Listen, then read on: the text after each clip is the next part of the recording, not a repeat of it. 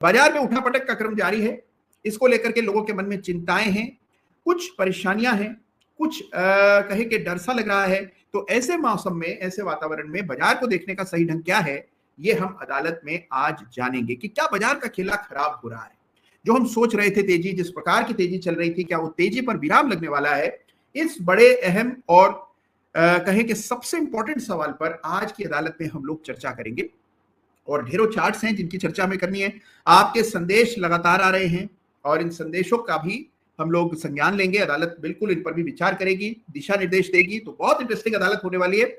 सबका एक बार फिर से बहुत बहुत धन्यवाद इस बदले हुए। अरे वाह, बहुत बढ़िया। हमारे योगराज ठाकुर साहब हैं और वो लिख रहे हैं कि आप साथ हो तो किस बात का डर है मार्केट में।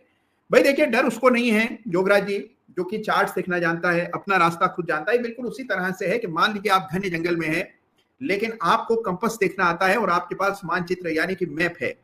मैप और कंपास अगर आपके पास है तो आपको डर नहीं है, आप अपना रास्ता स्वयं बना लेंगे और जैसे तैसे आप अपनी मंजिल तक पहुंच जाएंगे। लेकिन जिनके पास ये टूल्स नहीं है, मैप नहीं देखना आता है और ना ही कंपास है, तो वे लोग अपने आप को बिल्कुल खोया हुआ, असहाय पाते हैं। लेकिन जो लोग ये चीजें जानते हैं, चार्ट्स देखना जिनको आता है, उनको कैसी भी बाजार की स्थिति हो पता होता है कि क्या करना चाहिए।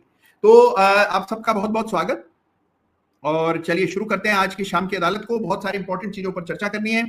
कई ऐसे चार्ट्स हैं जिनमें हम स्तर टूट गए हैं, कई जगह लाइन ऑफ कंट्रोल खंडित हो गई है, कई जगह मेजर स्ट्रक्चरल ब्रेकडाउन चार्ट पर देखने को मिल रहा है। तो इन तमाम चीजों पर आज अदालत में बात करेंगे। इंपॉर्टेंट चीजें आपके सामने रखूंगा, फिर बातचीत को आगे बढ़ाऊंगा। तो याद रखिए कि investment in securities markets are subject to market risks. Read all the related documents carefully before investing. कोई भी निवेश करते समय, निवेश के बारे में विचार करते समय, निवेश से जुड़ी सारी जानकारी, सारे दस्तावेजों का अध्ययन करना आवश्यक है। और कोई भी आप निवेश करते हैं तो बाजार जोखिम के अधीन होता है।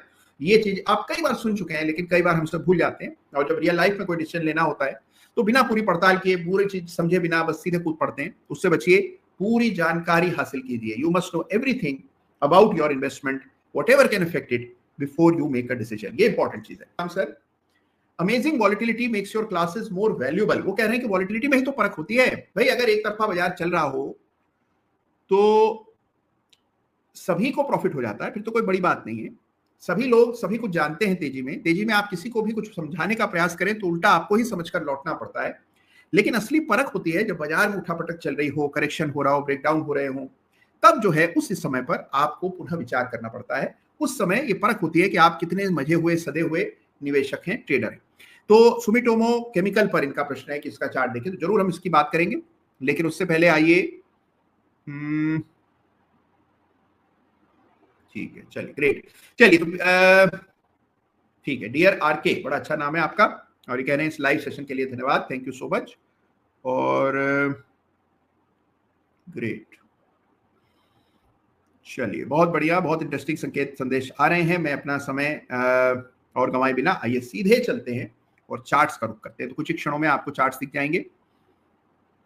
तो ये आपके सामने चार्ट्स हैं और ये चार्ट जो है हमेशा की तरह निफ्टी का सबसे पहले खुल गया है। तो आइए निफ्टी के चार्ट की चर्चा कर ले। This is the chart for the Nifty. तो देखिए निफ्टी के चार्ट को गौर से देखिए तो आपको यहाँ एक गैप नजर आएगा। ये जो गैप है इसको ब्रेकअवे गैप कहते हैं और ये गैप आमतौर पर एक नए ट्रेंड की शुरुआत में बनता है। जैसे यहाँ एक पहले से अप ट्रेंड चल रहा था, अब मान लीजिए निफ्टी कुछ समय के लिए डाउनवर्ड प्रेशर के साथ इस तरह से एक फ्लैग पैटर्न बनाता है जिसमें 3-6 महीनों का समय लगता है मान लीजिए। तो उसकी शुरुआत क्योंकि इस गैप के साथ हुई है, तो गैप जो है एक नए ट्रेंड का आगाज करता है। इस गैप को हम ब्रेकअवे गैप कहते हैं। आमतौर पर वीकली चार्ट्स पर गैप बहुत रेयर कभी दिखते हैं। वीकली चार्ट पर गैप कम होते हैं, डेली चार्ट पर ज्यादा होते हैं, लेकिन यहां हम वीकली चार्ट का एक गैप देख रहे हैं। तो इस गैप को हमें इंपॉर्टेंस देनी है। और याद रखिए कि निफ्टी में ऑल क्लियर का मैसेज आपके पास तब आना चाहिए जब ये लेवल्स पार हो जाए, यानी कि 24,700 के ऊपर निफ्टी जब निकलेगा दोबारा से, यानी जिस किसी ने भी पिछले सप्ताह खरीद की है, यदि हम उसको बाजार एग्जिट दे देता है, प्रॉफिटेबल एग्जिट या कॉस्ट पर उनको निकास का अवसर दे देता है, तो हम मान लेंगे कि भाई कोई फंसा नहीं, जो फंसे सबको आजाद कर दिया गया। इसका मतलब और ऊपर के लेवल्स देखने को मिलेंगे। तो याद रखिए कि ये जो गैप है जिसको हम ब्रेकअवे गैप कहते हैं, ये निफ्टी के वीकली चार्ट पर कायम हुआ है। और इस चार्ट को जैसे ही आप देखें इस सप्ताह, सबसे पहले आपको ये गैप चार्ट पर मार्क कर लेना है। याद रखिए कि इस गैप को मार्क कर लें। रेजिस्टेंस चार्ट पर आपको यहां दिखाई पड़ती है, ये रेजिस्टेंस 24,700 750 के आसपास, 800 पर मान लीजिए। ये लेवल पार हुआ तो ऊपर 25,500 ये लेवल्स निफ्टी पर अगली रेजिस्टेंस है। तो निफ्टी की तेजी लगातार कायम है, चल रही है। अब निफ्टी में हमें जरूर इस सप्ताह बड़ा हमने करेक्शन देख लिया, 1.5% निफ्टी नीचे बंद हुआ। एक समय पर निफ्टी अच्छा खासा 24,000 के भी नीचे चला गया था। तो हमें जरूर निफ्टी के इस चार्ट को देखकर चिंता फिक्र हो रही है। लेकिन अगर आप इस चार्ट की तुलना मान लीजिए डाउ जोन्स से करते हैं तो आपको पता लगेगा कि ये स्थिति है डाउ जोन्स की। तो डाउ जोन्स में करेक्शन ज्यादा स्टीप आया है निफ्टी की तुलना में। डाउ जोन्स लगभग 19 करोड़ तक आ गया है, जहां जून में हुआ करता था। तो डाउ जोन्स में करेक्शन ज्यादा है, निफ्टी में मुकाबले में कम है। और अगर आप निके का चार्ट देख ले, जो कि जापानीज मार्केट का चार्ट है, जहां सबसे तीव्र गिरावट आई है, निके का चार्ट आपकी स्क्रीन पर, तो आप देखेंगे कि यहां जब आप इसकी तुलना निफ्टी से करते हैं तब आपको लगता है कि हम तो बस ये हल्का सा, ये हैमर क्या बन गया, हम तो वैसे ही परेशान हो रहे हैं। जबकि जापान वालों की ताकत देखिए, उनकी सहन शक्ति देखिए कि 41,500 का निके घटकर 35,500 और एक समय पर 30,000 तक चला गया, और वो भी केवल 3 हफ्तों में। उसके बावजूद भी बाजार चल रहे हैं जापान में। तो जापान में आप देखिए कितनी बड़ी गिरावट आई है। और आप सोचें इस गिरावट में कोई बड़ा स्कैम हो गया, कोई जलजला आ गया, अर्थक्वेक आ गया, कोई सुनामी आ गई, कुछ भी नहीं हुआ है। केवल मामूली ब्याज की वृद्धि की वजह से ये पूरा ताश का जो महल तैयार हुआ था, ये ऐसे बिखर गया है। तो याद रखिए कि जब आप चार्ट देखें, अपनी तुलना विदेशी बाजारों से कीजिए, तो आपको समझ आएगा कि भाई इतना गिरना तो बहुत कम गिरना है। जहां दुनिया भर में इतनी उठापटक चल रही है, यदि यही घटनाएं आज से 10 साल पहले हुई होती, 5 साल पहले हुई होती, तो ऐसी घटनाओं पर बाजार कितना गिरा है आप याद करेंगे। कि इन सब परिस्थितियों में जब देखिए कोरिया में, नॉर्थ कोरिया ने दक्षिण कोरिया पर एक मिसाइल दाग दी थी, जो दक्षिण कोरिया तक पहुंची भी नहीं थी, तभी बाजार में इतनी भारी गिरावट हमने देखी। तो एक जमाना था जब छोटी छोटी नेगेटिव खबरों पर भी बाजार बहुत तीव्र गिरावट दिखा देता था। अब आप देखिए इतनी मैच्योरिटी के साथ इतने बड़े बड़े समस्याएं आती है, कई सारी खबरें आती है, बहुत नेगेटिव न्यूज भी आती है, बाजार उसको सह जाती है और मामूली गिरावट आने के बाद वापस तेजी आती है। और इसकी वजह है कि अब जो सेविंग्स हैं वो बड़े पैमाने पर बाजार में चैनलाइज हो रही है, और उसकी वजह से वो तरलता है, वो क्षमता है, वो बर्दाश्त कर लेने की ताकत विकसित हो गई है कि अब उतार चढ़ाव अगर मामूली कोई खबर हो तो उसको हम बड़ी आसानी से बचा पाते हैं। हम विदेशी निवेशकों पर इतने कहें कि आश्रित नहीं। पहले क्या होता था कि मान लीजिए यूएस बाजार में कोई खबर नेगेटिव आई या दुनिया की किसी और बाजार में खबर नेगेटिव आई, उसकी वजह ये थी कि विदेशी सारी संस्थाएं आपस में जुड़ी होती थी। तो अगर संकट मान लीजिए आयरलैंड में है, या संकट ब्रिटेन में है, या संकट रूस में है, तो उसका भी सीधा सीधा असर हमारे बाजारों पर पड़ता है, अभी भी पड़ता है। लेकिन अब उसका जो इंपॉर्टेंस है या उसका एक्सटेंट है वो कम हुआ है, क्योंकि अब हमारी रिलायंस विदेशी कैपिटल पर कम हो गई। तो ये बाजार का स्वरूप, बाजार का कैरेक्टर, बाजार का जो डायनेमिक्स है वो बड़ी तेजी से पिछले कुछ सालों में बदला है। और यही वजह है कि निक्के के इतनी भीषण गिरावट दिखा देने के बावजूद भी भारतीय बाजार टिके हुए हैं। तो रिस्क ऑफ है, लोग खतरे से बच रहे हैं, पोजीशंस खाली कर रहे हैं, डर रहे हैं, चिंता कर रहे हैं। स्पेशली निके को देखकर कई लोगों को चिंता हुई, भारत में भी, भारत के बाहर में विशेष रूप से there is an element of discomfort, और वही आपको दिख रहा है चार्ट्स पर। तो निके के चार्ट में कमजोरी, भारतीय बाजारों में भी कमजोरी, लेकिन कोई कमजोरी ऐसी नहीं है कि बिल्कुल क्षतिग्रस्त हो जाए, या आप मान करके चले कि तेजी को बस अब बाय कहना है, अब तेजी कभी लौट के नहीं आएगी, बरसों तक बाजार मंदी में रहेगा, ऐसी कोई स्थिति अभी तक चार्ट पर नहीं है। तो कुल मिलाकर अगर आप चीजें देखें तो जरूर आपको ये वॉलेटाइल वीक रहा, और इसकी चर्चा हम लोग पहले ही कर चुके हैं। आपको याद होगा कुछ सप्ताह पहले की अदालत का शीर्षक अगर आप याद करेंगे, जो लोग नियमित अदालत में आते हैं हर शनिवार को, याद करेंगे कि अदालत 2 या 3 अदालत पहले मैंने शीर्षक दिया था, शीर्षक था कि आगे मौसम खराब है। उस समय लोगों ने बड़ा ट्रोल किया, कई सारे लोगों ने कमेंट में लिखा कि आप बेवजह लोगों को ये कह रहे हैं कि मौसम खराब है, आपको कैसे पता मौसम खराब है, और मौसम खराब होगा भी तो देखा जाएगा। वहीं से आप देखिए उसी वीक की अदालत के बाद से देखिए तो बाजार में वॉलेटिलिटी का बोलबाला हो गया, वॉलेटिलिटी बढ़ी, कैंडल साइजेस बढ़ी, उतार चढ़ाव बढ़ा, स्टॉप लॉसेस बढ़े। अच्छा, जो ऑप्शन के ट्रेडर्स हैं, जिस प्रकार की कार्रवाई हो रही है, यानी कि जिस प्रकार के नियमों को बदला जा रहा है, जिस प्रकार से आप देखिए कि जो पहले जिस प्रकार से काम हो रहा था उसमें कमी आई है, तो इस वजह से वॉल्यूम वहां कम है, ऑप्शन की पोजीशंस लोगों के पास कम है। तो उस तरह का पैनिक नहीं है जो आमतौर पर इतनी बड़ी वॉलेटिलिटी में देखने को मिलता है। फिर भी वॉलेटिलिटी हैज रीसर्फेस्ड और volatility is here to stay. तो ये हमारा सामने चार्ट है, देखिए एक दफे चार्ट देख लें, और ये चार्ट जो आप स्क्रीन पर देख रहे हैं ये इंडिया विक्स का चार्ट है।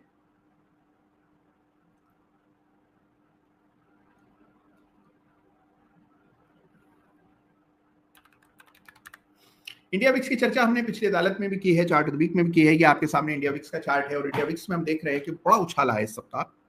और ये डेली चार्ट है, इसमें अगर आप इसको देखें, वीकली देख रहे थे अभी, और ये डेली है। और डेली चार्ट पर अगर आप देखें तो सोमवार को, जो अभी सोमवार था, इस सप्ताह का जो सोमवार था, जब बड़ी गिरावट आई निफ्टी में, 700-800 अंकों की गिरावट एक समय पर निफ्टी में चल रही थी, उस समय आप देखिए कितनी बड़ी तेजी हमने इंडिया विक्स में आते हुए देखिए 14-17 का इंडिया विक्स उछल करके सीधा 22 तक चला गया, फिर आया कूल ऑफ, और कूल ऑफ हो जाने के बाद अब जाकर के वापस कुछ सेटल हुआ है। तो विक्स से संकेत जरूर पहले की तुलना में ज्यादा बेरिश है, क्योंकि वॉलेटिलिटी ने सिर उठाया है। वॉलेटिलिटी एक चक्र में काम करती है, हमेशा एक उसकी साइकिल होती है। तो वॉलेटिलिटी ज्यादा बढ़ जाती है, फिर अपने आप स्वतः कुछ समय के लिए वॉलेटिलिटी कम हो जाती है, फिर पुनः वॉलेटिलिटी बढ़ जाती है। तो वॉलेटिलिटी साइक्लिकल होती है, और वही साइकिल आपको रिपीट होते हुए नजर आ रही है। तो वॉलेटिलिटी में हम देख रहे हैं कि इजाफा हुआ है। तो वॉलेटिलिटी का इजाफा मतलब ऑप्शन के प्रीमियम्स बढ़ गए हैं, ऑप्शंस महंगे हो गए हैं, थोड़ा सा मन असहज हो गया है, लोगों को अस्थिरता अनिश्चितता दिख रही है। यूएस में भी चुनावी सरगर्मियां चल रही हैं और वहां पर भी काफी फेरबदल हुए हैं। तो कुल मिलाकर आप देखिए अनसर्टेनिटी जो है वो फिलहाल बड़ी है, और उसी को दर्शा रहा है इंडिया विक्स भी। अभी ये जो चार्ट देख रहे हैं तो आइडिया का खुल गया भूल से, लेकिन जिस चार्ट की हम लोग चर्चा पहले कर रहे थे वो इंडिया विक्स का चार्ट है। और इंडिया विक्स का वीकली देखेंगे तो आपको अलग तस्वीर दिखाएगा। ये डेली है और ये वीकली। तो ये आपके सामने वीकली, और वीकली चार्ट को देखें तो इसमें हम एक बड़ा कैंडल देख रहे हैं। तो इंडिया विक्स में वापस बढ़त हुई है, पूरे विश्व भर में वॉलेटिलिटी ने सिर उठाया है। तो ये चीज अपनी याद रखिए। आइए एक दफे यूएस मार्केट के लिए जो विक्स है उसको भी देखते हैं, जहां पर एक समय पर बड़ा उछाल हमने विक्स में आते हुए देखा था अभी हाल फिलहाल। तो ये आपके सामने यूएस मार्केट की वॉलेटिलिटी है, और इसको अगर आप देखेंगे तो आप देखते हैं कि कितना बड़ा वॉलेटिलिटी जंप। और ये देखिए डेली चार्ट पर देखिए, इसको ज्यादा अच्छा समझ आएगा। तो वही दिन यानी कि सोमवार 5 तारीख हमने देखा कि विक्स 17 से बढ़कर के एक समय पर 64-65 तक इंट्रा पीरियड में चली गई। बंद कहां हुई? 40 के करीब। अब आप देखिए इससे ऑप्शन की ट्रेडिंग पर क्या जमीन आसमान का फर्क आ गया होगा। आप जो ऑप्शन खरीद या बेच रहे हैं उसके प्रीमियम की जो पूरा स्ट्रक्चर है वो आपको देखिए इस तरह के विक्स अगर बढ़ जाए तो पूरी तरह से पलट जाते हैं। ऑप्शन बायर हावी हो जाता है, ऑप्शन सेलर जो है उसको भीषण नुकसान होने लगते हैं। तो ये परिस्थितियां यूएस में बनी, और हमने देखा कि वॉलेटिलिटी ने वहां पर भी सिर उठाया, भारत में भी सिर उठाया है। और वॉलेटिलिटी का बढ़ना, डॉलर का कमजोर होना, ये अच्छे संकेत तो नहीं है। तो थोड़ी सावधानी बरतने का समय है, कॉशियस रहिए, लेवल्स का ख्याल रखिए। आनंद फानंद में कुछ भी ना खरीद लीजिए, चलो बढ़ गया है या बहुत घट गया है, इसको तो एवरेज ही करना पड़ेगा वरना अपना दाम नहीं लौटेगा। इस तरह की भावनाओं से प्रेरित हुए बिना आप बिल्कुल ऑब्जेक्टिवली सोचिए और मान करके चलिए। और मैं तो देखिए जब मुझे कोई कहता है बड़े दुखद स्वर में कहता है कि बाजार में तो सर देखिए करेक्शन आ गया, सारा खेल खत्म हो गया, परेशानी हो गई, इतनी गिरावट आ गई, तो हमेशा मुझे लगता है कि अगर कोई व्यक्ति ये सोच करके चल रहा है कि बाजार कभी घटेंगे ही नहीं, हमेशा बढ़ते ही रहेंगे, तो देखिए दोष बाजार का नहीं, दोष आप में है कि आप इस प्रकार के विचार रखते हैं। बाजार को हमेशा बाजार बढ़ता रहे ये मुमकिन नहीं होता है। तो बाजार समय समय पर करेक्ट होता है। करेक्शन को सहज स्वीकार कीजिए, उसको आत्मसात कीजिए, उसको गले लगा लीजिए, और बिल्कुल भी मन में विचार मत लाइए कि करेक्शन जायज है, नाजायज है, क्यों आया है, क्या इसका पहले अनुमान नहीं किया जा सकता। तो इस तरह के विचार मत लाइए। आप केवल जो चार्ट पर दिख रहा है उसके आधार पर निर्णय कीजिए। तो ये बुनियादी चीजें हैं बाजार से संबंधित। और ये जो वातावरण चल रहा है जिसमें विदेशी निवेशक भी काफी चिंतित है, भारत में भी आप देख रहे हैं कि किस प्रकार से थोड़ा ओवर हीटेड हमारा मार्केट है, और इसको लेकर के सभी लोग थोड़े से वरीड हैं। और देखिए बड़े पैमाने पर हमने देखा डॉलर की कीमतें बढ़ी हैं। तो कुल मिलाकर चीजें जो हैं they have turned a course. तो हम देख रहे हैं कि घुमावदार रास्ते से हम गुजर रहे हैं, और एक हमने अभी चक्र लिया है। तो ये स्थिति है बाजार की। अब ऐसे में कुछ एक इंपॉर्टेंट चीजों पर आइए चर्चा करते हैं। सबसे पहले निफ्टी का चार्ट हमने देखा, लेकिन बैंक निफ्टी का नहीं देखा। तो बैंक निफ्टी के चार्ट के दर्शन करें।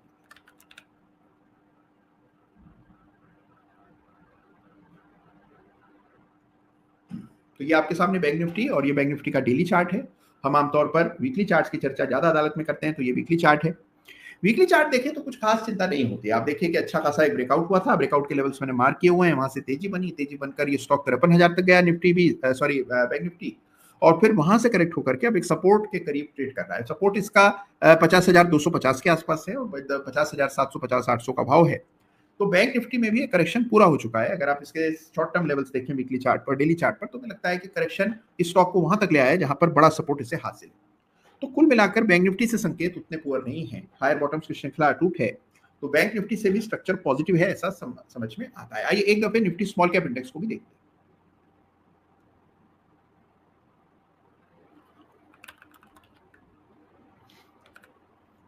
तो ये आपके सामने निफ्टी स्मॉल कैप इंडेक्स है, और हम देख रहे हैं कि एक सपोर्ट की रेखा मैंने डाल दी थी जाने अनजाने में, और हम देख रहे हैं कि स्मॉल कैप इंडेक्स ने पूरी तरह से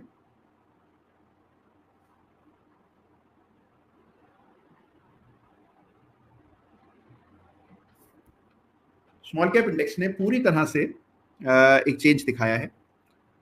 स्मॉल कैप इंडेक्स में नीचे के लेवल से 2 बार रिकवरी हुई। जो स्तर मैंने चार्ट पर अंकित किए थे पिछली अदालत में, उनको सम्मान देते हुए इस सप्ताह भी उन स्तरों के नीचे बैंक निफ्टी बंद नहीं हुआ, सॉरी स्मॉल कैप इंडेक्स बंद नहीं हुआ है। तो स्मॉल कैप इंडेक्स का वीकली चार्ट देखेंगे तो आपको कोई खास इस चार्ट को देख करके कोई भय लगा हो, कोई चिंता हुई हो, ऐसा नहीं है। तो दिस इज एब्सोल्युटली नॉर्मल। हाँ, करेक्ट तो हुआ है बाजार के साथ स्मॉल कैप इंडेक्स भी लगभग 2% के आसपास, जो कि मामूली सी गिरावट है। एक गैप बना है, लेकिन ये गैप उतना इंपॉर्टेंट नहीं है जितना कि गैप आपको निफ्टी के चार्ट पर दिखेगा। तो ये आपके सामने स्थिति है निफ्टी स्मॉल कैप इंडेक्स की। यहाँ पर भी हम तेजी बिल्कुल बदस्तूर चलते हुए देख रहे हैं, कोई खास बदलाव नहीं है। और आप देखिए कि पैसे की आमद लगातार जारी है, नया पैसा बाजार में उतर रहा है। जिस किसी का भी सवाल आता है, सवाल ये होता है कि इस गिरावट में क्या लें। ये कोई नहीं कहता कि इतनी मंदी छाई हुई है, क्यों ना सब बेच करके एक बार के लिए कैश में आ जाएं। इस प्रकार के विचार किसी के भी नहीं है। तो सभी लोग अवसर में, आपदा में अवसर खोज रहे हैं। गिरावट का इस्तेमाल अच्छे शेयर्स को इकट्ठा करने के लिए कर रहे हैं।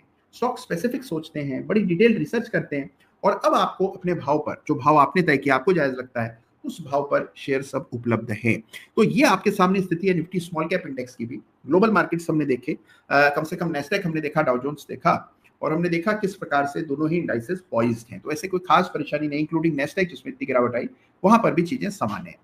हाँ, अब देखिए परेशानियां कहाँ हैं। परेशानियां हैं जो बाजार सीधे तौर पर जुड़े हुए हैं, वहां परेशानियां। Otherwise trend is intact, it's perfect, it is strong, और हम ट्रेंड में कोई बदलाव आते हुए फिलहाल नहीं देख रहे हैं। तो ये जो समय है, इसमें हमें हर चार्ट को अलग से इवेल्युएट करना है, उसमें एलओसी डालनी है, यहाँ वहां की बातें नहीं सुननी है। क्योंकि ऐसे में क्या होता है, जो पिछले सप्ताह फोन आए मुझे कई सारे मित्रों के, जानकारों के, परिचितों के, रिश्तेदारों के, कुछ ऐसे शुभचिंतकों के फोन आए कि सर हमने ये शेयर खरीदा था, इतनी गिरावट आ रही है, क्रैश जैसी परिस्थिति है, युद्ध जैसी परिस्थिति है, क्या किया जाए। ऐसे सवाल अक्सर लोग करते हैं। तो याद रखिए सबसे पहले तो कि पैनिक नहीं करना है, अफवाहों पर नहीं जाना है, किसी की सुनी सुनाई बात पर विश्वास नहीं करना है। कोई भी कुछ कह जाता है और गिरावट में उस पर यकीन हो जाता है। कोई आपको कह दे कि भाई निफ्टी अभी 24,000 चल रहा है, देखना मैं तुम्हें 15,000 के स्तर दिखा दूंगा। अब उसने तो कह दिया, लेकिन अब आपके मन में शंका आ गई। अब आपको जो आपका रिजॉल्व था, जो आत्मविश्वास था, मनोबल था, वो सारा आपका कुछ समय के लिए डगमगा जाएगा। क्योंकि कोई व्यक्ति इतने विश्वास के साथ कहता है कि बाजार देखना घट जाएगा या बाजार देखना बहुत बढ़ जाएगा। तो ऐसी परिस्थितियों में बजाय इसके कि सुनी सुनाई बातों पर विश्वास करें, आप सब लोग सबल हैं, सक्षम हैं, खुद योग्य हैं कि आप चार्ट्स देख करके उस बात को सत्यापित कर सकते हैं, सही है, गलत तो नहीं कहा है, इसका पता आप अनुमान लगा सकते हैं। तो इसलिए चार्ट्स देखिए और स्वयं से चार्ट्स देखिए, मौके तलाशिए, और ये समय जो है ये आप बाद में हमेशा देखिए। मेरे करियर में क्या हुआ है, जब कोई समय चल रहा होता है तेजी का, तो उस पर विश्वास नहीं होता। मुझे याद है कि जब पहली दफे केतन पारिक के समय, यानी कि जो .com बस्ट हुआ था 2000 का, पहले लिमन ब्रदर्स क्राइसिस हुआ यूएस में, मेल्टडाउन हुआ ग्लोबल, गिरावट आई, और फिर एक घटना ऐसी घटी जिसके बाद से बाजार ने अपना लो दर्ज कर लिया। वहीं से टर्न अराउंड हुआ, बाजार ने तेजी दिखाई। ये बात मैं कर रहा हूं 2008 की, जो बड़ा क्रैश था। तो क्रैश की स्थिति में भी हमेशा आपको चार्ट्स पर रिलाई करना है। तो ये छोटा सा मेंटल एडजस्टमेंट है कि बजाय इसके कि हम यहां वहां की बातें सुनकर अपने विवेक से इन सारी बातों का एक झोलमोल सा अचार बना लें, क्यों ना हम स्वयं अपने बेसिस पर चार्ट्स को इवेल्युएट करें। तो ये काम आपको करना है, स्वयं से चार्ट देखने। ये आपके सामने निफ्टी स्मॉल कैप इंडेक्स का चार्ट है, जहां पर हम तेजी देख रहे हैं। ग्रेट। तो अनेकों लोगों के सवाल आ रहे हैं और सवालों पर मैं आता हूं। अच्छा, किसी ने एक बड़ा अच्छा सुझाव दिया है कि बहुत समय से आपने बिटकॉइन के चार्ट को देखना बंद कर दिया है। वैसी परिस्थितियों में एक दफे बिटकॉइन को भी देखिए। तो लीजिए, आपके सामने बिटकॉइन का चार्ट मैंने खोल दिया है।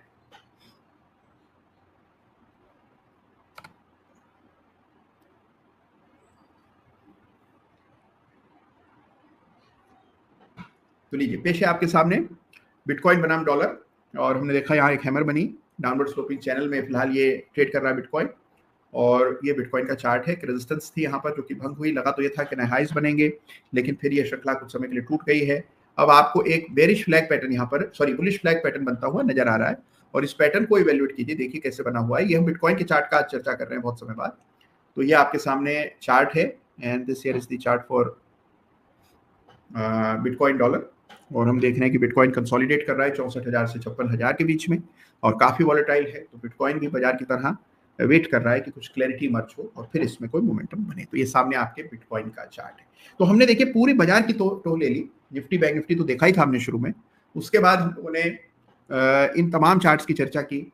और अब जो है बिटकॉइन का चार्ट हमारे सामने, जहां पर हम देख रहे हैं कि एक पैटर्न कंसोलिडेशन का निर्माण हो रहा है, बन रहा है। उसका ब्रेकआउट अगर इस करवट आता है 65 के ऊपर, तो आपको एक अच्छा पैटर्न चार्ट पर कंप्लीट होता हुआ नजर आएगा। अच्छा, सवाल बहुत सारे आ रहे हैं।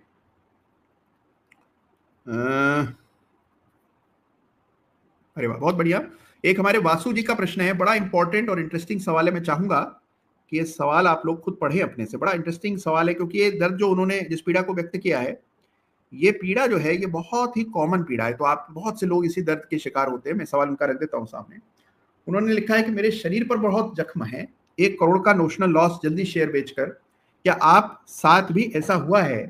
इससे कैसे बाहर आए? 1 करोड़ का एग्जिस्टिंग प्रॉफिट है। देखिए वासु जी क्या सवाल कर रहे हैं, पहले सवाल सुनिए। वो कह रहे हैं कि एक कोई शेयर था, उसमें 2 करोड़ रुपए का प्रॉफिट आ रहा था, और अब उसमें 1 करोड़ रुपए का, और उन्होंने बेच दिया इसको। 1 करोड़ का 2 करोड़ का जो भी प्रॉफिट रहा होगा उस पर बेच दिया, और उसके बाद शेयर और तेज हो गया। तो अब एक जख्म सा महसूस होता है इनको कि भाई इतना पैसा आ सकता था, हम जल्दी निकल गए, थोड़ा और विचार कर लिया होता, थोड़ी और समय था, कहाँ भागा जा रहा था, बट हम लोग जल्दी निकल गए, बर्दाश्त नहीं हुआ प्रॉफिट। तो ये कई बार सुनने को मिलता है। तो सबसे इंपॉर्टेंट चीज क्या है कि जो सवाल आपने किया वासु जी कि क्या ऐसा होता है, बिल्कुल होता है, लगातार होता है, कई दफे होता है कि आप शेयर किसी न किसी वजह से, किसी के कहे पर, आपको लगता है कि कोई नेगेटिव न्यूज आ जाएगी या ये घटना हो रही है, ऐसा कुछ सुनकर आप निकल जाते हैं। बाद में वो शेयर और तेज हो जाता है। उसका जब हम नोशनल प्रॉफिट जो अपना जोड़ते हैं कि अगर मान लीजिए न बेचा होता तो क्या प्रॉफिट होता, सुनेंगे तो अवसाद में चले जाएंगे, बिल्कुल डिप्रेशन में चले जाएंगे। क्योंकि देखिए एक छोटा सा आपको इसका एक तोड़ बताता हूँ। पहले मुझे भी ये चीजें सुनकर अच्छा नहीं लगता था कि फला शेयर मैंने ट्रैक कर रहा था, मैंने ब्रेकआउट पे लिया, या मैंने सही जगह पर भी लिया, अच्छा प्रॉफिट बन गया, लेकिन हम निकल गए और बाद में वो शेयर जो है कई गुना बढ़ गया, तो बड़ा दुख सा होता है। इसका तरीका मैं आपको बताता हूँ। देखिए सबसे इंपॉर्टेंट तो यह है कि बेवजह शेयर्स में एंट्री एग्जिट नहीं करना चाहिए। बहुत सारे लोगों को मैं देखता हूँ कि बिल्कुल जगलेरी करते रहते हैं, यानी ट्रपीज आर्टिस्ट की तरह, कभी इस छोर है तो कभी दूसरी छोर है। तो लगातार आपको स्ट्रेटेजी में कोई फेरबदल नहीं करना है। अपने पोर्टफोलियो में भी लगातार शेयर को बदलते रहने से कुछ हासिल नहीं होता है। अच्छे शेयर्स का चुनाव कीजिए, उनके लेवल्स पर ध्यान दीजिए, निवेश कीजिए, और आप देखेंगे कि जो लॉस आपको मान लीजिए हुआ, नोशनल लॉस हुआ, शेयर और बढ़ सकता था, धीरे धीरे वो विकसित हो जाता है, आपकी ताकत बढ़ जाती है। कोई जल्दी आपकी एंग्जाइटी नहीं होती है कि शेयर नहीं बेचा, कहीं नीचे आ गया तो क्या होगा, कुछ भी नहीं होगा, फिर आ जाएगा ऊपर, ये आपको समझ आने लगता है। तो धीरे धीरे आप as a trader, as an investor mature होते रहते हैं। तो रहा सवाल जख्मों का, जो आप कह रहे हैं कि शरीर भेद दिए, पूरा गिरावट हुई है, इसके कारण पोर्टफोलियो भी नीचे आया, और अब ये कह रहे हैं कि कुछ शेयर बेच करके जल्दी जो बेच दिए हैं उनकी भरपाई कैसे हो। तो इसका तरीका क्या है? इसका तरीका है कि बस उससे मन हटा लीजिए, सोचिए मत उस बारे में, जो हो गया आप वर्तमान में जिए, भूत में न जिए। हाँ, अब कभी कोई आइंदा ऐसा शेयर आएगा तो उसको जल्दी मत एग्जिट कीजिए। एग्जिट तभी कीजिए चार्ट कह रहा हो एग्जिट करने को, बस ये आपको संयम रखना है। धीरे धीरे इसकी प्रैक्टिस कीजिए और ये हो जाएगा। कई सारे और बड़े इंटरेस्टिंग सवाल आ रहे हैं।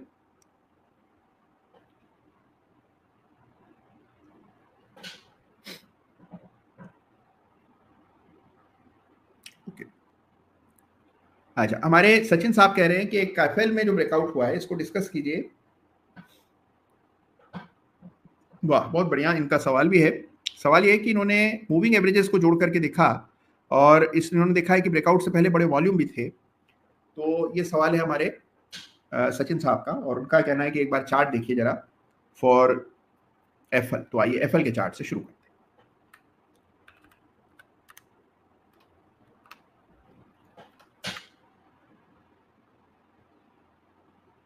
Right, so this is chart for FL, और हम देख रहे हैं कि एक बड़ा ब्रेकआउट हुआ इस सप्ताह एफएल के चार्ट पर। अगर आप एक रेजिस्टेंस रेखा डाल दें, जो रेजिस्टेंस की रेखा है इसको मैं संशोधित करके मान लीजिए यहाँ रख देता हूँ, और ये जो लाइन है पहले की डली है, इसको, ये भी एक रेंज को निचले स्तरों पर मार्क कर रही है, इसको बढ़ा करके मान लीजिए हम यहाँ रख दें इस तरह। तो ये आपके सामने एफएल का चार्ट है। 2 चरणों में ये ब्रेकआउट हुआ। This happened in 2 stages. पहला स्टेज था जब 1325 पार हुआ, दूसरा स्टेज है 1475 पार हो रहा है, और अब आप देख रहे हैं कि ये नए कीर्तिमान एफएल इंडिया बना रहा है। और कितने लंबे इंतजार के बाद, लगभग 2-2.5 साल से 19 स्तरों पर कंसोलिडेट कर लेने के बाद कंसोलिडेशन ब्रेकआउट चार्ट पर दिख रहा है। तो ये है एफएल इंडिया का चार्ट, जिस पर अभी अभी प्रश्न आया था कि इस चार्ट को देखिए, समझिए। तो आपके सामने चार्ट है, वीकली चार्ट है, एक दफे मंथली चार्ट भी देखेंगे, लीजिए। तो वीकली चार्ट पर हमने जो पैटर्न्स देखे उससे अलग मंथली चार्ट पर जो पैटर्न बन रहा है इसको समझिए। ये inverse head and shoulder pattern है, जिसमें कि लेफ्ट शोल्डर है, हेड है, राइट शोल्डर है, और फिर एक नेकलाइन है जो लगभग हॉरिजॉन्टल है, और उसका ब्रेकआउट आया 1340 पर। वहां से स्टॉक देखिए 1600 रुपया हो गया बेस्ड ऑन दिस पैटर्न। तो मंथली चार्ट पर भी पैटर्न बना है। तो देखिए कहीं ना कहीं हर चार्ट को अगर आप समझने लगते हैं, उसकी सारी बारीकियां जान जाती हैं, तो चार्ट देखना रिफ्लेक्स एक्शन हो जाता है, बहुत आसानी से कर पाएंगे। तो ये हमारे सामने चार्ट है, लाइफ टाइम हाई पर एफएल इंडिया ट्रेड कर रहा है। बड़ा ब्रेकआउट 1325 के ऊपर हुआ, वहां से पुड़ के इसने नहीं देखा, और आप देख रहे हैं कि नए कीर्तिमान स्थापित कर रहा है स्टॉक एफएल इंडिया। और ये चार्ट है वीकली, सॉरी मंथली चार्ट है जो भी हम देख रहे हैं।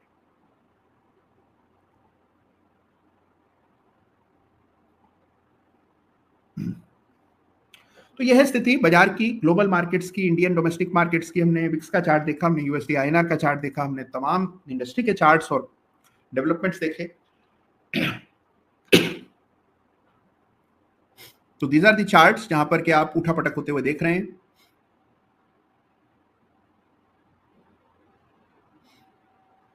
अच्छा, एक चार्ट जो जरूर देखना चाहिए, जिसकी चर्चा कई सारे सवाल आए, तो that is the chart for Deepak nitrite. इस चार्ट को जरूर देखेंगे आज। ये आपके सामने दीपक, किसी ने सवाल किया है कि दीपक नाइट्राइट में अच्छी तेजी बन गई है, तो अब क्या करना चाहिए, कैसे देखें इस चार्ट को। ये आपके सामने दीपक नाइट्राइट है। दीपक नाइट्राइट के चार्ट पर भी ये एफएल जैसा ही कंसोलिडेशन होता हुआ दिख रहा था, लेकिन ये कंसोलिडेशन ज्यादा लंबा था। और अब इस सप्ताह हमने देखा, पिछले सप्ताह इसमें एक बड़ा ब्रेकआउट हुआ जब ये 2900 के ऊपर निकला और 3000-3100 के आसपास फिलहाल कंसोलिडेट कर रहा है। तो ये ब्रेकआउट का लेवल है। ये दीपक नाइट्राइट का चार्ट है, जिसमें 2021 के बाद 2024 में 3 बरस तक इस तरह से साइडवेज कंसोलिडेट करने के बाद अब जाकर दीपक नाइट्राइट पे ब्रेकआउट हो रहा है। तो दीपक नाइट्राइट के चार्ट को जरूर से स्टडी कीजिएगा। इस पर भी ढेरों सवाल आए। तो चार्ट अच्छा है, लाइफ टाइम हाई पर ट्रेड हो रहा है। यहाँ पर जरूरी हो जाता है दो चीजें, एक एलओसी और दूसरा, जब कभी आप ऐसे चार्ट्स को देखते हैं जहां पर इस प्रकार का ड्रामेटिक प्राइस राइज आता है, तो स्टॉप लॉस बहुत इंपॉर्टेंट हो जाता है। तो अपने प्रॉफिट को प्रोटेक्ट करके चलना जरूरी है। और लाइफ टाइम हाई पर दीपक नाइट्राइट फिलहाल ट्रेड कर रहा है। तो ये आपके सामने स्थिति है। और भी कई सारे प्रश्न आ रहे हैं, मैं झटाझट प्रश्नों को ले रहा हूँ फटाफट। सवाल पहले ले लेते हैं। निपुण अग्रवाल जी का सवाल यह है कि प्रणाम सर, इस समय इंट्राडे ट्रेडिंग पर इनकम टैक्स का क्या प्रोसेस है। तो भाई देखिए, इनकम टैक्स का पूरे चार्ज लेने का, आपसे टैक्स वसूलने का पूरा तरीका है। आपने सुना ही होगा कि बजट में टैक्स में फेरबदल हुआ है, एसटीटी बढ़ गई है, और इसके अलावा जितने भी और सरकारी टैक्स थे, स्टैंप ड्यूटी इत्यादि सभी बढ़ गए हैं। तो जो कॉस्ट ऑफ ट्रांजैक्शन है वो बढ़ी है पिछले कुछ दिनों में, इसमें कोई दो राय नहीं है। उसके बाद भी वॉल्यूम में कोई कमी नहीं आई है, लोग लगातार पैसा लगा रहे हैं, पैसा इकोनॉमी की तेजी की वजह से भी बाजार में आ रहा है। लेकिन एक चीज जो आपको याद रखनी है फिलहाल, वो ये है कि if you look at this chart here, तो जो बात अभी मैंने कही इसको जरूर ध्यान में अपने रखिएगा कि इंट्राडे ट्रेडिंग की जो बात अभी कर रहे हैं कि उस पर टैक्स कैसे लगता है, तो इसको समझिए। तो सबसे पहले तो सरकारी टैक्सेस, एसटीटी और जो बाकी टैक्सेस हैं जो सभी पर लगते हैं, जितना आपका ट्रेडिंग वॉल्यूम हो तो लगते ही रहेंगे। इंट्राडे आप करेंगे तो वो उसमें भी लगेगा। लेकिन दूसरी चीज जो आपका सवाल है कि इंट्राडे में मान लीजिए आपको प्रॉफिट हो गया, तो उस प्रॉफिट को कैसे हम टैक्स पर्पज से दिखाएं। तो हालांकि इस पर टैक्स विशेषज्ञ बोलेंगे ज्यादा बेहतर रहेगा, लेकिन मेरी समझ ये है कि जैसे मान लीजिए आपने जो भी अर्जित किया पूरे साल भर में, आप इंट्राडे ट्रेडिंग को जब आप दिखाते हैं तो इसको बिजनेस इनकम माना जाता है। यानी कि ये जो इनकम है ये आपके कारोबार से आई। अगर इसके आपके टोटल इनकम का सिग्निफिकेंट पोर्शन है तो ये माना जाएगा कि मूल रूप से आप एक ट्रेडर है, और उसी नजरिए से आपको देखा जाएगा। तो इसलिए टैक्स के विषय में हम लोग ये करेंगे कि एक सज्जन को बुलाएंगे जिनको इनकम टैक्स, स्टॉक बाजार के इनकम टैक्स रिलेटेड इश्यूज का अच्छा ज्ञान हो, और जो भी ये छोटे छोटे सवाल मन में आते हैं ना, इन सवालों को एकत्र करके उस सत्र में हम लोग करेंगे। तो बहुत जल्द उसकी व्यवस्था एक विशेष शो के माध्यम से हम लोग करने जा रहे हैं। और कई और तरह के लोग हैं जिन्होंने बाजार में अलग अलग तरह से जुड़े हुए हैं, उनको भी लाने का काम हम उसमें करेंगे। तो ये टैक्स से रिलेटेड सवाल आया था, और कई सारे और प्रश्न आ रहे हैं, तो उन पर भी आएंगे। अच्छा, एक हमारे कुमार राजीव साहब है, उनका सवाल है कि मिड कैप में डायमंड पैटर्न बना है क्या, इसको प्लीज देख लीजिए। तो आइए निफ्टी मिड कैप इंडेक्स की बात करते हैं। ये आपके सामने Nifty mid cap select index है, और हमें जो चीज जांचनी है कि क्या यहाँ डायमंड पैटर्न का उदय हुआ है। नहीं, अभी तो देखिए अब ट्रेंड में ही चल रहा है। हो सकता है आपने डेली चार्ट देखा हो जहां आपको शायद ये डायमंड जैसी आकृति लग रही हो, तो आप अपनी जगह सही हैं। ये डेली चार्ट पर डायमंड जैसा बना रहा है, और इसीलिए आपका सोचना समझना बिल्कुल सही है। लेकिन हम अदालत में वीकली चार्ट्स को लेकर के ज्यादा फोकस रहते हैं। तो यहाँ पर वीकली चार्ट देखेंगे तो अप ट्रेंड इसमें लगातार बना हुआ है, कोई खास क्षति इसको नहीं पहुंची है। तो ये आपके सामने चार्ट है फॉर मिड कैप इंडेक्स, और यहाँ पर ओवरऑल ट्रेंड आप देखें। ओके, बड़ा अच्छा एक चार्ट ढूंढा है, और ये चार्ट है पतंजलि फूड का। इसकी भी चर्चा हम लोग आगे करेंगे जरूर।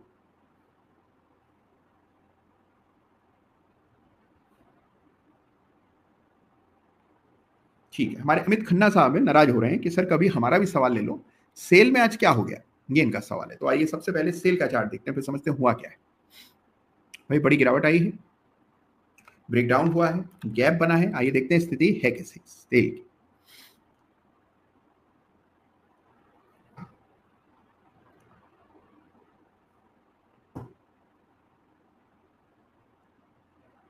तो ये आपके सामने चार्ट है सेल का। किसने अभी अभी प्रश्न किया है कि इसमें हुआ क्या है। भाई देखिए, आज क्या हुआ है ये तो सब देख रहे हैं कि 11-12% सेल गिर गया, 170 का सेल 130 रह गया 2 महीने में, तो सब दिख रहा है। लेकिन आपने पूछा कि सेल में हुआ क्या है, तो हुआ है डबल टॉप। ये देखिए इतना खास और साफ डबल टॉप बना है। यहाँ एक रेजिस्टेंस को, सॉरी एक ट्रेंड लाइन मार्क कर दें, सपोर्ट की लाइन मार्क कर दें, तो इस तरह से कुछ नजर आएगी आपको। ये हो गई लाइन, और इस लाइन के टूटने पर बिल्कुल साफ एकदम पिक्चर परफेक्ट डबल टॉप बना था। और अगर आपने वक्त से देख लिया होता तो आपको पता होता कि इस ब्रेकडाउन पर फिर कोई कारण नहीं है बने रहने का। ये बात सोमवार की है जब बड़ी गिरावट आई थी बाजारों में, और उसके बाद धीरे धीरे करके शेयर नीचे ही सरक रहा है और अब इसने रफ्तार पकड़ ली है नीचे की। तो ये आपके सामने स्थिति है सेल की। तो जो सवाल था कि सेल में क्या हुआ है, सेल में डबल टॉप हुआ है। तो पैटर्न्स की ताकत को पहचानिए। अगर आप नहीं पहचानेंगे तो कौन पहचानेगा। बहुत सारे लोग बिल्कुल ऐसे ही खारिज कर देते हैं पैटर्न्स को कि पैटर्न क्या बिगाड़ लेगा, बना है तो ठीक है, क्या फर्क पड़ता है। लेकिन देखिए, आप देखेंगे कई बार पैटर्न बिल्कुल निरस्त हो जाते हैं। दबाव बाइंग का सेलिंग का एक तरफा इतना बड़ा हो जाता है कि वो पैटर्न टिक नहीं पाता उसके। लेकिन पैटर्न की अपनी ताकत है। तो इसको हम समझिए कि पैटर्न आपको कैसे विजुअली रिप्रेजेंट करके डेटा को समझने में मदद करते हैं, जिसको मेंटली प्रोसेस करना बहुत टफ हो जाता है। तो चार्ट्स की अपनी ताकत है और इस ताकत को समझना बहुत जरूरी है। तो डबल टॉप बना था सेल में और उसके बाद ही सेल में ये बड़ी गिरावट आते हुए दिखी है इस सप्ताह। तो पैटर्न्स बहुत कुछ कहे जाते हैं और अगर आप पैटर्न्स को ठीक से पहचान लेते हैं, उनको तरजीह देते हैं, अहमियत देते हैं, तो आप देखते हैं यू आर प्रिपेयर्ड। तो डबल टॉप पैटर्न बना on the chart for sale. तो कई सारे और इंटरेस्टिंग चार्ट्स हैं जिन पर अलग अलग प्रकार के पैटर्न्स उभरते हुए नजर आ रहे हैं। अच्छा, एक सवाल बड़ा इंटरेस्टिंग मयंक पवारी साहब पूछ रहे हैं और उनका सवाल है कि सर जी कितने परसेंट टूटने के बाद एवरेज करना चाहिए आपके हिसाब से। तो इसका कोई तय नियम नहीं है मयंक जी, शेयर टू शेयर वेरी करता है। मिसाल के तौर पर अगर आप कहें कि ठीक है रिलायंस यहां से अगर 10% गिरा तो मैं एवरेज करूंगा, तो ठीक है, कोई गलती नहीं है। लेकिन मान लीजिए आप किसी छोटे शेयर को देख रहे हैं और आप यही कहते हैं कि 10% गिरेगा तो एवरेज करेंगे, वो शेयर एक ही दिन में 20% गिर जाता है। तो सवाल ये है कि हर शेयर, हर कमोडिटी, हर इन्वेस्टमेंट की अपने अलग तरह के डायनामिक्स हैं, अलग तरह से वो चलता है। तो इसको समझना जरूरी है और तभी आप ये निर्णय ले सकते हैं ठीक ढंग से। तो ये हमारे सामने स्थिति है बाजार की, जहां पर के उठापटक जारी है और अगर बाजार गिरता है तो आपको एवरेज करना तभी है जब आप एक फ्रेश ट्रेड के लिहाज से उसको देख रहे हैं। देखिए, मेरा एक छोटा सा ये जो सवाल अभी मयंक जी ने किया है, इसका एक बहुत छोटा सा एक कहें कि लिटमस टेस्ट है। टेस्ट ये है कि मान लीजिए कोई आपको शेयर समझ आ रहा है, अच्छा लग रहा है, आपने ऊपरी स्तरों पर उसमें मान लीजिए खरीद की, वो नीचे आ गया, अब आपको लग रहा है कि बहुत ज्यादा नीचे आ गया, अब इसको एवरेज कर लेना चाहिए जिससे कम से कम जल्दी से कीमतें तो जो हमने पैसा लगाया वो तो कम से कम निकल आए। ये कई बार हम लोग सोचते हैं। तो याद रखिए कि एवरेजिंग जो है that is always should be seen as a fresh trade. आप उसको पिछले ट्रेड के साथ जोड़ के मत देखिए। कोई एक ट्रेड लिया, उसमें नुकसान हो गया, वो अपनी जगह सही। उसके बाद जब आप नया पैसा झोंक रहे हैं तो उसको पुराने उस सेंटिमेंट से प्रभावित होने न दें। नई तरह से उसका आकलन करें कि हाँ, इस शेयर में नुकसान भी है साथ में, अब इसको क्या एवरेज किया जा सकता है। तो तब उसमें एवरेजिंग करनी चाहिए जब एज अ फ्रेश ट्रेड उसमें आपको चार्ट पर संकेत आते हुए दिख रहे हैं। और नई संकेत आ रहे हैं तो कोई बात नहीं, इंतजार कीजिए, वेट करिए, मौका ही तो हाथ से निकल जाएगा, बस यही तो है। लेकिन निर्णय आप तभी लीजिए जब चार्ट पर फ्रेश संकेत आते हुए दिख रहे हैं। अच्छा, गोल्ड के चार्ट को आइए एक नजर देखते हैं।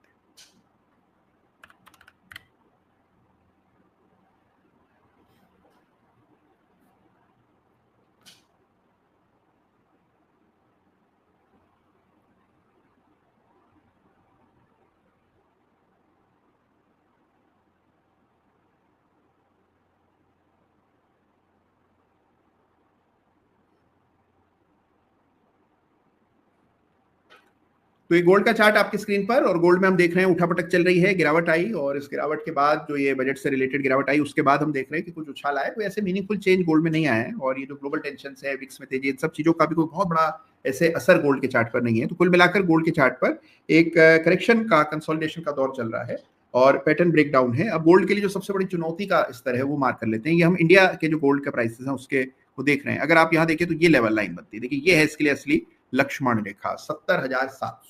ये लेवल्स पार होंगे तो गोल्ड में फिर एक नया ट्रैक्शन वापस से देखने को मिलेगा, अन्यथा ये स्तर जो है रेजिस्टेंस का काम देता रहेगा। तो गोल्ड बिल्कुल रेजिस्टेंस के करीब ट्रेड कर रहा है और ब्रेकडाउन आया गोल्ड में, ये आपको चार्ट पर दिखता है। तो कुल मिलाकर के देखें तो कई सारे इंटरेस्टिंग चार्ट्स इस गिरावट में, उठापटक में आपको देखने को मिलेंगे। कई सारे प्रश्न आप लोग कर रहे हैं, बड़े इंटरेस्टिंग सवाल आ रहे हैं, तो उन सवालों की भी हम लोग चर्चा कर रहे हैं। आज शाम को जुड़े हुए हैं हम लोग और ये है हमारी शाम की विशेष अदालत जो कि शुक्रवार के दिन हो रही है। आमतौर पर हम लोग शनिवार के दिन अदालत करते हैं। अच्छा, एक सवाल है हमारे,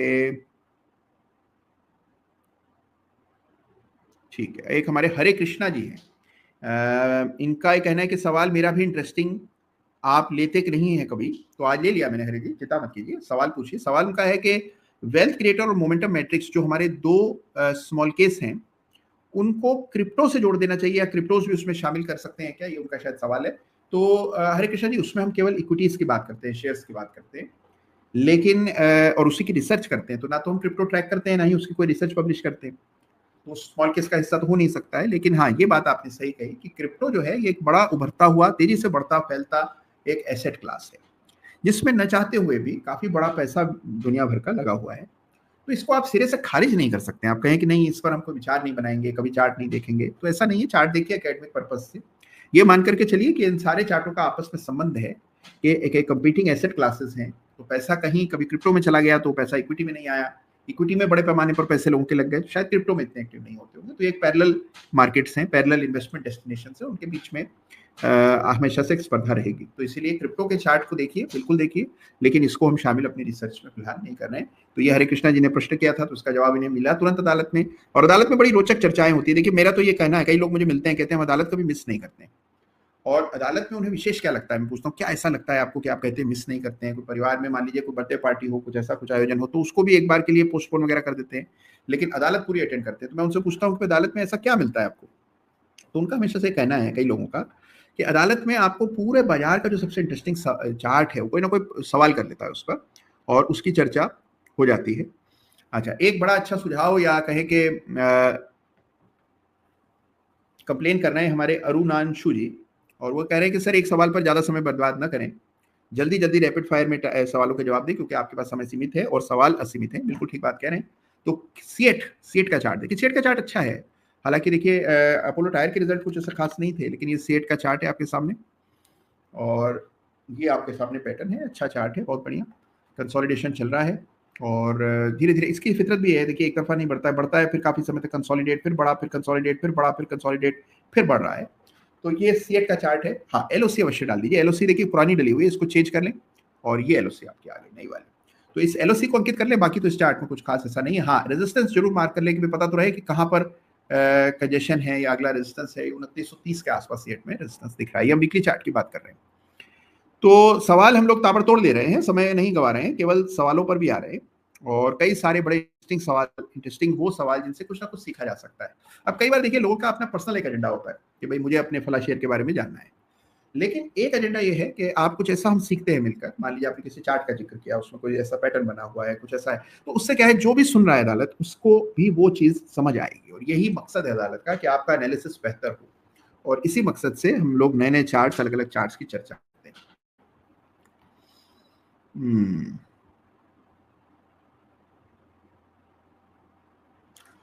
चलिए, तो ये चार्ट है, और एक इंटरेस्टिंग सवाल लेते हैं, फिर आगे बढ़ेंगे।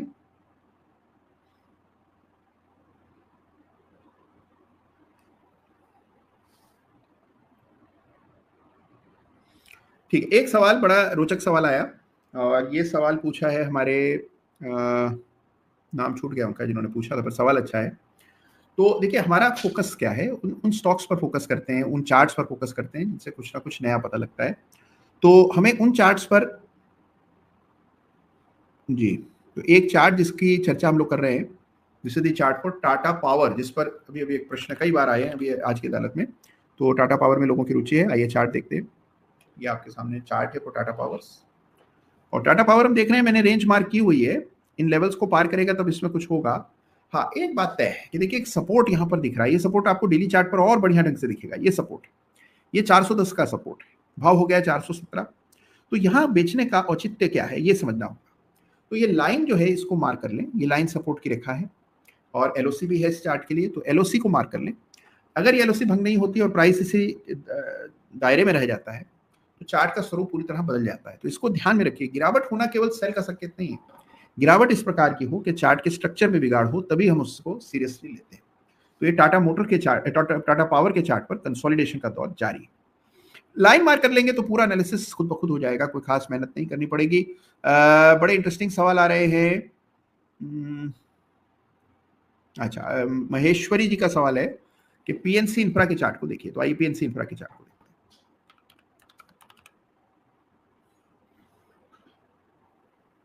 ये पीएनसी इंफ्रा है, यहाँ पर भी कंसोलिडेशन का दौर जारी है।